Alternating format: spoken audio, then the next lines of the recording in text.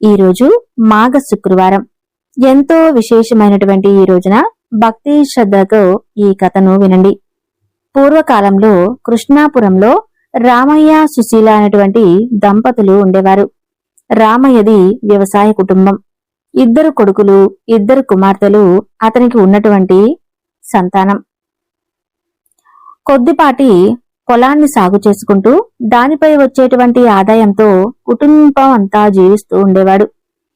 ఇక పిల్లల వయసు పెరుగుతున్న కొద్దీ ఇంటి ఖర్చులు కూడా పెరుగుతూ ఉంటాయి. మగపిల్లలు 2 కూడా పాఠశాలకు వెళ్తూ ఉండేవారు. ఆడపిల్లలు చిన్నవారి అవటం వలన ఇల్లు గడవటం కూడా కష్టంగా ఉండేది. అలాగని ఏదైనా వ్యాపారం చేసి మరికొంత సొమ్మును సంపాదించుకుందామంటే రామయ్యకు ఎలాంటి వ్యాపారమూ రాదు. ఆ వచ్చేటువంటి కొద్దిపాటి సొమ్ముతో ఎలాగోలా ఆ కాపురాన్ని నెట్టేసుకొస్తూ ఉన్నాడు పాపం. ఇక సుశీల నిత్యము క్రమం తప్పకుండా మహాలక్ష్మీదేవిని పూజిస్తూ తల్లి ఆ స్తోత్రాన్ని పఠిస్తూ ఉండేది.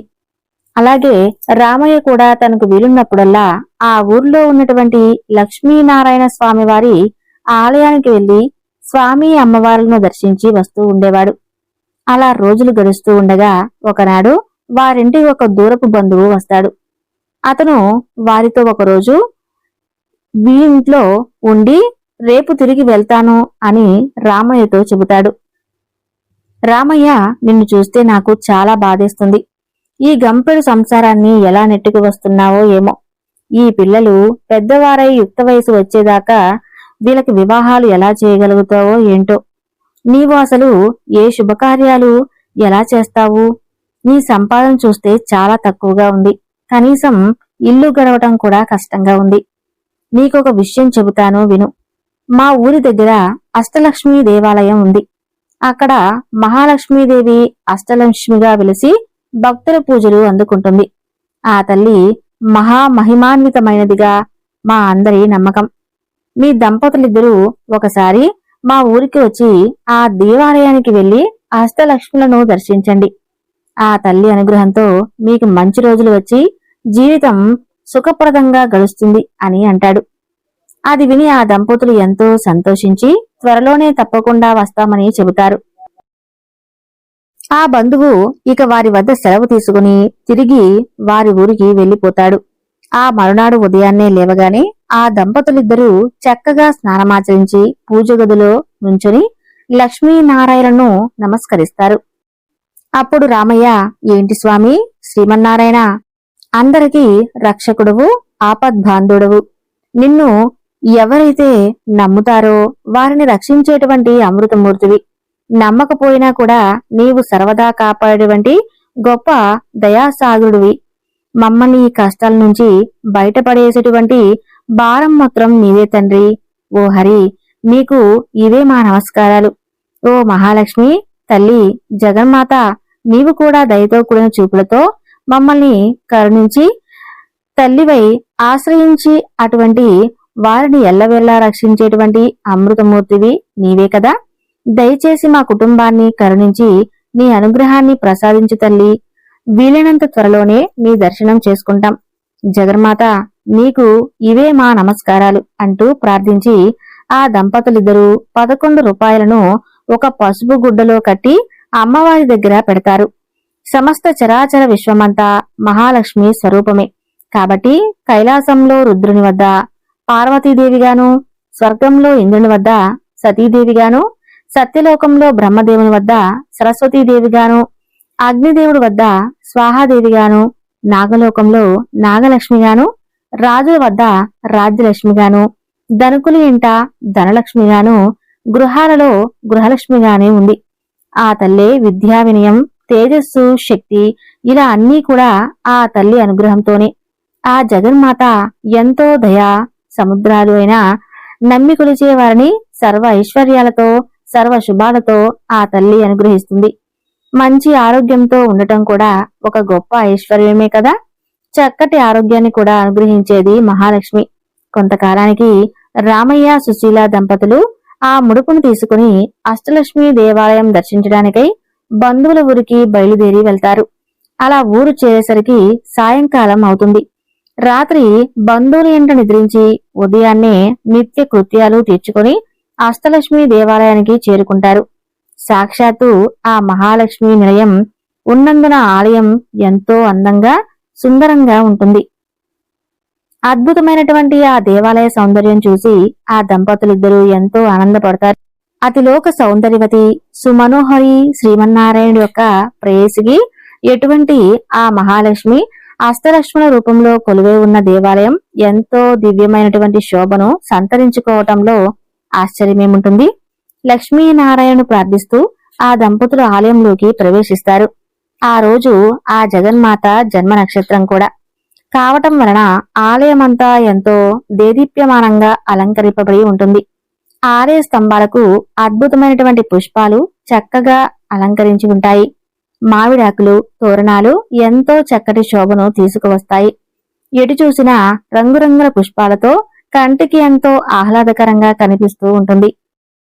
అందమైన పుష్పాలలో ఆ తల్లి రూపం ఉంటుంది కాబట్టి అందుకే పూలను ఎప్పుడూ కూడా కాలితో తొక్కరాదు, చేతితో నడపరాదు, పరిశుభ్రంగా లేని ప్రదేశాల్లో వేయకూడదు. పుష్పం సాక్షాత్తు మహాలక్ష్మి స్వరూపం. అందుకే శ్రీమన్నారాయణుడు పుష్పాలంకరణ ప్రియుడు. ఎవరైతే తనను దివ్యమైన పుష్పాలతో అలంకరిస్తారో వారి ఎడల ఆ స్వామి ఎంతో ప్రసన్నుడవుతాడు. ఆలయం అద్భుతమైన శిల్పకళా సౌందర్యానికి రామయ్య సుశీల దంపతులు ఇద్దరు ఎంతో మురిసిపోతారు. తనివి తీరా ఆనందాన్ని ఆస్వాదిస్తారు. ఆలయ మండపంలో ఒక మహాపండితుడు మహాలక్ష్మి వైభవాన్ని ఇలా దివ్యంగా వర్ణిస్తాడు. ఓ భక్తజనులారా, ముల్లోకాలకు ఎల్లవేళలా రక్షించేటువంటి ఆ మహాలక్ష్మి బ్రహ్మదేవుని వద్ద సరస్వతిగాను, శ్రీమన్నారాయణుడి వద్ద శ్రీ మహాలక్ష్మిగాను, పరమేశ్వరుని వద్ద పార్వతిగాను వాసిల్లుతుంది. ఆ తల్లిని కొలిచిన వారికి సర్వ సంపదలు కలుగుతాయి, సర్వ ఐశ్వర్యాలు లభిస్తాయి. దేనికి కూడా కొదువు ఉండదు. సంపూర్ణమైనటువంటి ఆరోగ్యం కలుగుతుంది. ప్రతినిత్యం ఆ తల్లిని స్మరించిన, కీర్తించిన సర్వ శుభాలు కలుగుతాయి.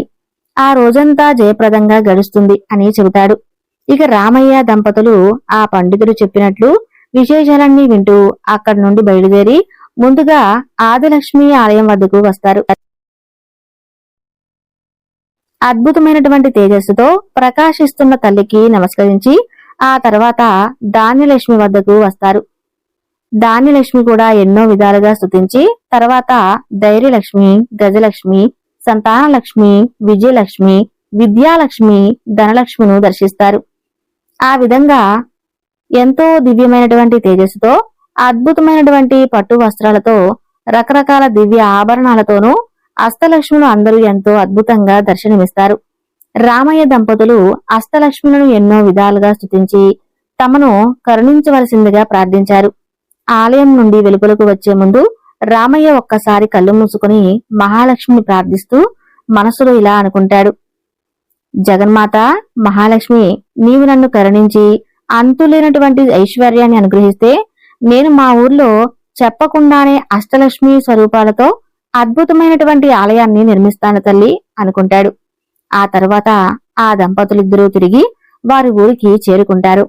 మహాలక్ష్మి తల్లి అనుగ్రహం వలన రామయ్య కుటుంబం మంచి అభివృద్ధి సాధిస్తుంది. అలా కుమారులిద్దరికీ మంచి చదువులు కలిగి ఉన్నతమైనటువంటి ఉద్యోగాలు లభిస్తాయి. కుమార్తెలకు మంచి వాళ్లతో వివాహాలు జరుగుతాయి. స్నేహితులు కొంతమంది సహాయం చేయగా రామయ్య 2 వ్యాపారాలు ప్రారంభిస్తాడు. అదంతా మహాలక్ష్మి తల్లి అనుగ్రహం వలన ఆ వ్యాపారాన్ని ఎంతో చక్కగా అభివృద్ధి చెందుతాయి. ఎన్నో లాభాలు వస్తాయి. ఇక చుట్టుపక్కల గ్రామాల్లో రామయ్య అంతటి ధనవంతుడు లేడని చెప్పి ప్రజలందరూ చెప్పుకుంటూ ఉండేవారు. ఇంత సంపద రావడానికి కారణం ఆ తల్లి అనుగ్రహం కాబట్టి ఆ సంపద రావటంతో తాను ఆ రోజున అష్టలక్ష్మి దేవాలయం కట్టిస్తానని చెప్పి మనసులో అనుకుంటాడు కదా, అలా ఆ తల్లిని మాట కూడా ఇస్తాడు. ఆ విధంగా అమ్మవారికి ఇచ్చినటువంటి మాటను మరిచిపోతాడు. ధన సంపాదనలో పడి భగవంతుని స్మరించడం కూడా మర్చిపోతాడు. తాము ఇచ్చినటువంటి మాట తప్పినందుకు అష్టలక్ష్ములకు ఆగ్రహం కలుగుతుంది. ఇక అంతే, ఎంతో వెలిగిపోతున్నటువంటి ఆ కుటుంబంలో ఎన్నో సమస్యలు మొదలవుతాయి. ఆదిలక్ష్మి అనుగ్రహం కోల్పోవటంతో రామయ్యకు వ్యాపారం మీద పట్టు పోతుంది. తన సరుకు అమ్ముడుపోవటం కష్టంగా మారుతుంది. తాను ఎంత నాణ్యమైనటువంటి సరుకు విక్రయించినా కొనేవారు లేక ఆ వ్యాపారంలో నష్టం రావటం మొదలవుతుంది. వ్యాపారాలు అలా ఉండగా ధాన్యలక్ష్మి అనుగ్రహం కోల్పోవటంతో పంట కూడా సరిగ్గా రాలేదు. అకాల వర్షాలు పడి అంతా నీటితో కొట్టుకుపోతుంది. అటు వ్యాపారం సరిగా లేక ఇటు పంట కూడా చేతికి రాక రామయ్య నానా కష్టాలు పడుతుంటాడు. అలా ఉండగా ధైర్యలక్ష్మి కూడా ఆగ్రహించడం వలన తనలో ఇన్ని రోజుల నుండి ఉన్నటువంటి ధైర్యం కూడా సన్నగిల్లుతుంది. వ్యాపారం దెబ్బతిన్నప్పటికీ పంట కోల్పోయినప్పటికీ మరలా వచ్చే సంవత్సరం పుంజుకోవచ్చులే అనుకుంటాడు. కాని ఎప్పుడైతే ధైర్యలక్ష్మి కూడా ఆగ్రహిస్తుందో రామయ్య ధైర్యం మొత్తం కోల్పోతాడు. చేయలేకపోతాడు. ఏదో తెలియని నీరసం రామయ్యను ఆవహిస్తుంది. అలా కొన్ని రోజులకు గజలక్ష్మి కూడా రామయ్యపై ఆగ్రహం కలుగుతుంది. అక్కడితో రామయ్య అప్పుల పాలవుతాడు. తాను ఉన్నటువంటి ఇంటిని కూడా తాకట్టు పెట్టాల్సిన పరిస్థితి వస్తుంది. ఆ విధంగా అష్టలక్ష్మి, ఆదిలక్ష్మి, ధనలక్ష్మి, ధైర్యలక్ష్మి, గజలక్ష్మి, సంతానలక్ష్మి, విజయలక్ష్మి, ధాన్యలక్ష్మి యొక్క ఆగ్రహానికి గురైనటువంటి వాడే రామయ్య. అనేక కష్టాలు పడుతుంటాడు. చివరికి ఒకనాడు తన సొంత ఇంటిని కూడా అప్పుల వారికి వదిలేసి ఒక అద్దె ఇంట్లో నివసించసాగాడు. ఎంతో వైభవంగా బ్రతికినటువంటి ఆ ఊర్లో తానెందుకు ఈ విధంగా అయిపోయాడో, ఒక బికారివాడిలాగా బతకాల్సి వచ్చిందని చెప్పి తలుచుకుని మరీ చింతిస్తూ ఉంటాడు. అదంతా కేవలం తన పూర్వజన్మ కర్మఫలమని చెప్పి మనసులో అనుకుంటాడు. అంతే తప్ప తాను అష్టలక్ష్మికి ఇచ్చిన మాట నిలబెట్టుకోనందువలనే ఇదంతా జరిగిందని చెప్పి అతను తెలుసుకోలేకపోతాడు. అలా కాలం గడుస్తూ ఉండగా ఒకనాడు ఆ ఊరికి ఒక సాధువు వస్తాడు. అతను ఎంతో మహిమగలవాడని, ఎవరి జాతకాలైనా సరే ఎంతో నిక్కచ్చుగా చెప్పగలడు అని ఊరందరూ చెప్పుకుంటూ ఉంటారు. ఆ మాట విన్నటువంటి రామయ్య దంపతులు ఒకనాడు ఆ సాధువును కలుద్దామని చెప్పి అతని దగ్గరికి వెళ్లి వారి పరిస్థితిని విన్నవించుకుంటారు. వారి మాటలన్నీ సావధానంగా విన్నటువంటి ఆ సాధువు కళ్ళు మూసుకొని కొద్దిసేపు ధ్యానం చేసి ఏదో స్ఫురించిన వాడి వల్లే కళ్ళు తెరిచి, రామయ్య దంపతులలో ఇలాంటి మహాలక్ష్మి అనుగ్రహం కోల్పోవటం వల్లే ఈ గతి పట్టింది మీకు. ఒకసారి బంధువుల వెంటికి వెళ్ళినప్పుడు అక్కడ ఉన్నటువంటి అష్టలక్ష్మి ఆలయానికి వెళ్లి ఆ తల్లులను అందరినీ దర్శించి వారికి ఒక అద్భుతమైనటువంటి ఆలయాన్ని మీ ఊరిలో కూడా కట్టిస్తానని అన్నావు అని మొక్కావు కూడా. కాని ఎంత ధనాన్ని సంపాదించినా తర్వాత నీవు కాలక్రమేణా ఆ మాట గురించి మర్చిపోయావు. ఆ తల్లులందరూ అనుగ్రహించడం వలనే నీవు వ్యాపారంలో ఎన్నో లాభాలను పొందావు. పంటల్ని ఎన్నో ఎక్కువగా సంపాదించావు. కాబట్టి నీవు మాత్రం ఆ విషయం తెలుసుకోలేక అమ్మవారి ఆగ్రహానికి గురయ్యావు. మాట తప్పడం వలన నీకు ఈ దుస్థితి పట్టిందని చెబుతాడు. అప్పుడు రామయ్య సాధువుతో, స్వామి, ఇప్పుడు నాకు గుర్తొచ్చింది. నేను మా ఊర్లో అష్టలక్ష్మి దేవాలయం కట్టిస్తానని అనుకున్నా. మాట వాస్తవమే. కాని నాకు ఐశ్వర్యం కలగ్గానే ఎన్నో కారణాలు అహంకార భావంతో పడి తల్లిని ఇచ్చి మాట మరిచిపోయాను. ఇప్పుడు ఉన్నటువంటి పరిస్థితిలో ఎలా తీర్చగలను? ఈ పరిస్థితి నుంచి బయటపడితే ఈసారి తప్పక నెరవేరుస్తాను. ఈ దుర్భరమైనటువంటి కష్టాల నుండి బయటపడేసేటువంటి ఉపాయాన్ని చెప్పి అమ్మను అనుగ్రహించాల్సిందిగా ప్రార్థిస్తాడు. అప్పుడు ఆ సాధువు వారితో ఇలా అంటాడు. ఓ దంపతులారా, మీరు ఆ దేవాలయానికి వెళ్లి అక్కడే 11 రోజులు నిద్రించి ఉదయాన్నే ఆలయ ఆవరణమంతా మీ చేతులతోనే శుభ్రం చేసి అష్టలక్ష్ములను సేవించండి. అప్పుడు మీకు ఆ తల్లి అనుగ్రహం కలిగి తిరిగి మీ పూర్వ వైభవం మీకు తప్పకుండా కలుగుతుంది అని ఆ సాధువు చెబుతాడు. ఆ మాటలు విన్నటువంటి రామయ్య దంపతులు అలాగే చేస్తామని చెప్పి ఆ సాధువుకు నమస్కరించి అతని వద్ద సెలవు తీసుకుని తిరిగి వారి ఇంటికి వెళ్లిపోతారు. రామయ్య దంపతులిద్దరూ మరునాడే బయలుదేరి ఊరికి వెళ్లి అక్కడ ఆలయం పక్కన ఉన్నటువంటి ధర్మసత్రంలో బస చేస్తారు. ఆ ధర్మసత్రంలోనే 11 రోజులు ఉండి రోజూ ఉదయాన్నే లేచి త్వరగా కాలకృత్యాలు తీర్చుకుని ఆలయ ప్రాంగణమంతా ఒక చీపురు తీసుకుని శుభ్రంగా ఊడుస్తూ ఉండేవాడు. ఆ తర్వాత నీళ్లు చల్లి సుశీల మంచి ముగ్గులు పెట్టేది. ఆ విధంగా అష్టలక్ష్మి 11 రోజులు సేవించిన తర్వాత తిరిగి అమ్మవారి అనుగ్రహాన్ని పొందుతారు. ఆ తర్వాత వారి ఊరికి వెళ్తారు. ఆ మరనాడే ఎప్పుడో దేశాంతరాలు వెళ్ళినటువంటి ఒక పాత స్నేహితుడు కలిసి రామయ్య దీన పరిస్థితిని తెలుసుకొని ఎంతో బాధపడి తిరిగి ఏదైనా వ్యాపారం ప్రారంభించేదిగా కొంత సొమ్మును అతనికి ఇస్తాడు. ఇది ఆ తల్లి అనుగ్రహం తప్ప మరొకటి కాదని చెప్పి ఆ దంపతులు అనుకుంటారు. ఆ విధంగా ఓ జగన్మాత శ్రీ మహాలక్ష్మి, నీవు సాక్షాత్తు కూడా ఆ బ్రహ్మను కన్నా తల్లివేనమ్మా అంటూ ఆ తల్లి మనసులోనే ఎన్నో విధాలుగా నమస్కారాలు చేసుకుని జగన్మాత అనుగ్రహంతో కొద్ది రోజుల్లోనే మరలా చక్కగా వ్యాపారం ఎంతో అభివృద్ధి చెందుతుంది. ఆ లాభాలతో మరో వ్యాపారాన్ని కూడా ప్రారంభించి దానిలోనూ ఎన్నో లాభాలు గడిస్తారు. వచ్చినటువంటి సొమ్ముతో తిరిగి సొంత ఇల్లు కట్టుకుంటారు. 2 ఎకరాల పొలం కూడా కొంటారు. అష్టలక్ష్ముల అనుగ్రహంతో ఆ సంవత్సరం పంటలు కూడా బాగా పండి ఎంతో ఆదాయం కూడా లభిస్తుంది. అలా 2 సంవత్సరాల్లో పోగొట్టుకున్న దానికంటే ఎక్కువగా సంపాదిస్తారు. ఇక ఏమాత్రం ఆలస్యం చేయకూడదని తలచి పండితులను పిలిచి అష్టలక్ష్మి ఆలయం శంకుస్థాపనకై శుభముహూర్తం నిశ్చయిస్తారు. మహాలక్ష్మి అనుగ్రహంతో ఆలయం కొద్ది కాలంలోనే ఎంతో అద్భుతంగా నిర్మించబడుతుంది. చుట్టుపక్కల ఊర్లో ఉన్నటువంటి అందరూ కూడా ఆలయం ఎక్కడా లేదని చెప్పి అందరూ కూడా అక్కడకు వస్తారు. ఎందరో భక్తులు వచ్చి అష్టలక్ష్ములను దర్శించి ఆనందపడి వెళ్లేవారు. రామయ్య దంపతులు బ్రతికినంత కాలం సుఖంగా జీవించి చివరికి ముక్తిని పొందారు. మహాలక్ష్మిని కొలిచే వారికి ఎలాంటి కష్టాలు దరిచేరవు. అలాగే సర్వ సౌభాగ్యాలు కలిగేలా ఆ తల్లి మనసును అనుగ్రహిస్తుంది. ఆ తల్లి అనుగ్రహాన్ని పొందినటువంటి మరో కుటుంబం కథ గురించి తెలుసుకుందాం. పూర్వకాలంలో కళింగ దేశమున 20 దేశం అనే ఒక దేశం ఉండేది. ఆ దేశంలో వెంకటాచారి అనేటువంటి ఒక కంసాలి ఉండేవాడు. అతని పనిలో ఎంతో నైపుణ్యం చెందినవాడిగా పేరుగాంచాడు. ఇక వెంకటాచారి అతని భార్య పేరు సుమతి. ఆమె కూడా ఎంతో దైవభక్తురాలు. ఆ దంపతులిద్దరూ చాలా చక్కగా ప్రతిరోజు ఆ భగవంతుడిని సేవించుకుంటూ ఉండేవారు. ఆ దంపతులకి 2 ఆడపిల్లలు, శారద, మీర్జా. వారు చక్కగా చదువుకుంటూ తల్లికి చేదోడు వాదుడుగా ఉండేవారు. వెంకటాచారి నైపుణ్యం కలవాడే కాని ఏమాత్రం ఎప్పుడూ కూడా కల్తీగా ఏ పని చేసింది లేదు. కల్తీకి పాల్పడకుండా ఎంతో నిజాయితీగా పనిచేస్తూ ఉండేవాడు. మిగిలినటువంటి వారితో పనిచేసేవారు కంసారులు కాస్త కక్కుర్తిపడి కల్తీ చేసి తక్కువ సొమ్ముకే పనులు ఒప్పుకొని పనిచేస్తూ ఉండేవారు.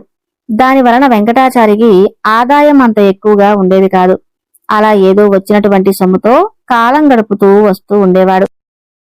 ఆ కుటుంబం అంతా అలా రోజులు గడుస్తుండగా పెద్ద కూతురికి వివాహ వయసు వస్తుంది.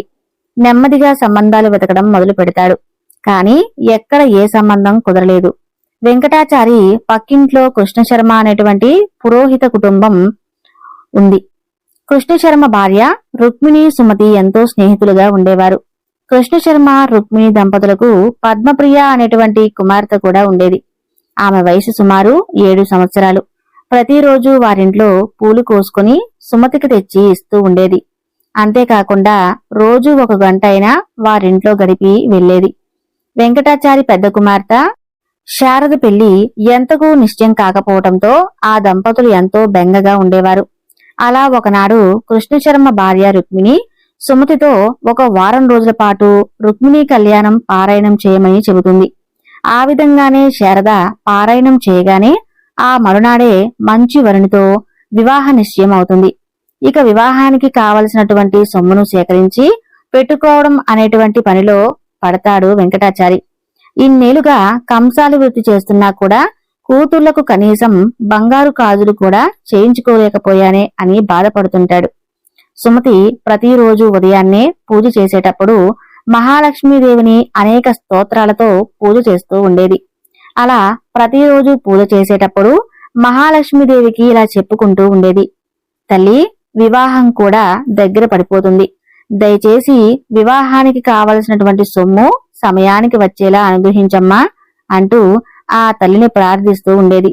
అలా రోజులు గడుస్తూ ఉండగా ఒకనాడు పద్మప్రియ ప్రతిరోజులాగా పూలు తీసుకుని ఉదయాన్నే పూజా సమయానికి రాలేదు.